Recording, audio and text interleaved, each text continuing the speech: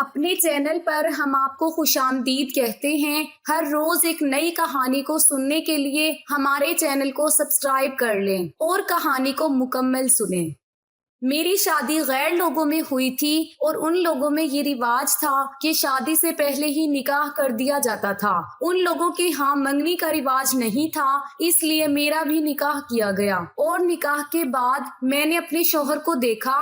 بہت خوبصورت انسان تھا اور مجھے بہت اچھا لگا۔ مجھے اپنے والدین کے فیصلے پر فخر ہونے لگا۔ بعد میں معلوم ہوا کہ میرے شوہر میں کچھ نقص ہیں۔ میں اور میری والدہ سن کر بہت پریشان ہوئی۔ میں نے اپنی والدہ سے اجازت لی اور اپنے شوہر سے ملاقات کی، لیکن ان کی باتوں سے یا ان کے کسی بھی عمل سے نہیں لگ رہا تھا کہ ان میں کوئی نقص ہے، اور جسمانی لحاظ سے وہ بالکل فٹ نظر آ رہے تھے۔ مجھے لگا کسی نے ایسے ہی ہوائی اڑا دی ہوگی۔ میں نے گھر آ کر اپنی والدہ کو بتایا اور مطمئن ہو گئی۔ ہماری شادی کی تیاریاں شروع تھیں۔ میں نے بڑے جوش و خروش سے اپنی شادی کی تیاریاں کی اور آخر کار دن آ گیا۔ میں دلہن بن کر کارنر سے واپس آئی تو مجھے میری والدہ نے ایک چھوٹا سا شاپر مجھے دیتے ہوئے کہا کہ میں اس کو اپنے پرس میں چھپا لوں۔ میں نے پوچھا کہ یہ کیا ہے تو انہوں نے کہا کہ یہ تمہارے شوہر کے لیے دوائی ہے۔ تم نے اس دوائی کو ہر روز دودھ میں ملا کر اس کو پلانا ہے اور یہ عمل 30 دن تک کرنا ہے اور یہ کسی کو بھی معلوم نہ ہو۔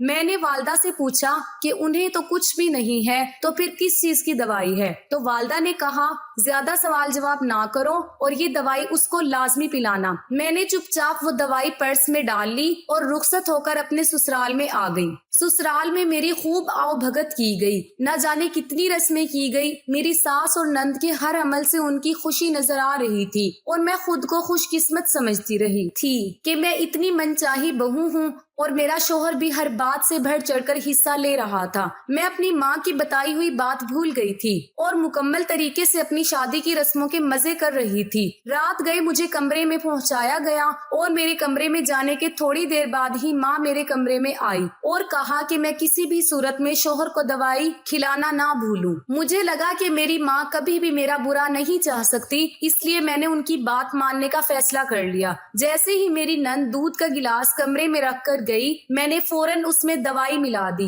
اس کام سے میں ابھی فارغ ہوئی تھی کہ دروازے پر دستک ہوئی اور میرے شوہر کمرے میں داخل ہوئے۔ سلام دعا کے بعد جب انہوں نے میرا گھونگھٹ اٹھایا تو کتنی دیر میرے چہرے سے نظریں نہ ہٹا سکے۔ شاید ہمارے درمیان موجود رشتے نے ان کے دل میں بھی میرے لیے محبت پیدا کر دی تھی، لیکن میں تو شرم و حیا کی وجہ سے ان کو نظر بھر کے دیکھ بھی نہیں سکی تھی۔ میری تھکن کے پیش نظر میرے شوہر نے مجھے کپڑے تبدیل کرنے کا بولا۔ میں نے اپنے شوہر کو دودھ کا گلاس پکڑایا اور خود کپڑے تبدیل کرنے چلی گئی، لیکن میرے واپس آنے تک میرا شوہر سو چکا تھا۔